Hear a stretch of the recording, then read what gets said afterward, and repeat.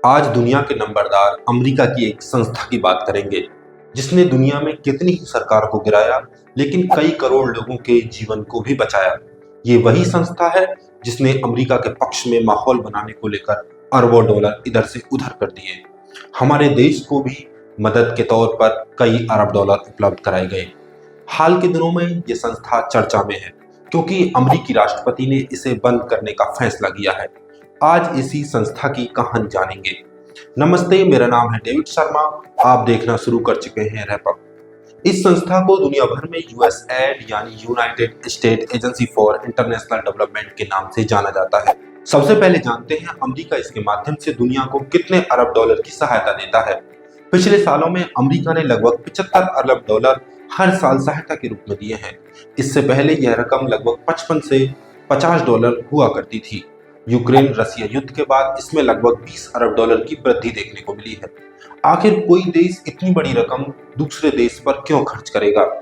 इसका एक सीधा सा जवाब है दुनिया में अपनी धाक बनाए रखने और सॉफ्ट डिप्लोमेसी के लिए। यह रकम विकसित देशों द्वारा विकासशील यानी जरूरतमंद देशों को दी जाती है। संयुक्त राष्ट्र के मुताबिक विकसित देशों को अपनी वार्षिक आय की 0.7% रकम जरूरतमंद देशों को देनी चाहिए, लेकिन अमेरिका इन जरूरतमंद देशों को अपनी आय का सिर्फ 0.2% ही खर्च करता था और जिस पर अब रोक लगा दी गई है। जबकि Norway, Sweden, Germany, UK, France और बेल्जियम जैसे विकसित देश अमेरिका की तुलना में अपनी आय के अनुपात में कहीं ज्यादा सहायता प्रदान करते आए हैं। अमेरिका की जीडीपी का साइज काफी बड़ा है, इसलिए यह राशि ज्यादा दिखाई पड़ती है। अब बात इस संस्था के कुछ अच्छे कामों के बारे में। इसके माध्यम से दक्षिण अमेरिका से लेकर अफ्रीका और एशिया तक अमेरिकी मदद पहुंचती रही है। साल 2023-24 में दुनिया के 170 देशों को इसके माध्यम से मदद पहुंचाई गई।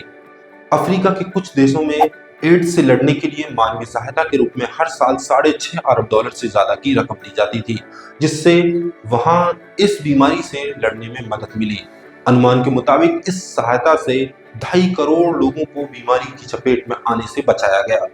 कांगो, युगांडा, सोमालिया, घाना और अन्य अफ्रीकी देशों में भी खाने पीने और रहने की चीजों के लिए मानवीय सहायता इस अमेरिकी संस्था के द्वारा दी जाती थी। ब्राजील में ड्रग के खिलाफ लड़ाई, अफ्रीका में महिलाओं की शिक्षा, पश्चिम एशिया के देशों को भी सहायता दी जाती रही है। इस तरह दुनिया में बीमारियों से लड़ने से लेकर अमेज़न के जंगलों को बचाने तक इस संस्था की महत्वपूर्ण भूमिका रही है। अब इस सहायता के बिना कई मोर्चों पर लड़ाई मुश्किल होने वाली है। आइए जानते हैं यूएसएड के कुछ कारनामों के बारे में। हाल फिलहाल में बांग्लादेश में हुई हिंसा और सरकार के तख्तापलट को अमेरिकी एजेंसी CIA और यूएसएड की फंडिंग के जरिए ही अंजाम तक पहुंचाया गया। पाकिस्तान की तरह ही बांग्लादेश को भी अस्थिर कर दिया गया है, जो कि अब भारत के लिए नासूर बनता जा रहा है। ये सब सोची समझी साजिश के तहत किया जाता है ताकि भारत स्वतंत्र निर्णय ना ले सके और अमेरिका की हाँ में हाँ मिलाता रहे। जॉर्ज सोरोस से जुड़े संगठनों को भी पिछले 15 सालों में यूएसएड ने 270 मिलियन डॉलर से अधिक की राशि उपलब्ध कराई है। जॉर्ज सोरोस और इनकी संस्थाओं के काम अपने आप में संदिग्ध दिखाई पड़ते हैं। सोरोस का मुख्य काम दुनिया की सरकारों के खिलाफ माहौल बनाना है। भारत में इन पर गंभीर आरोप लगते रहे हैं।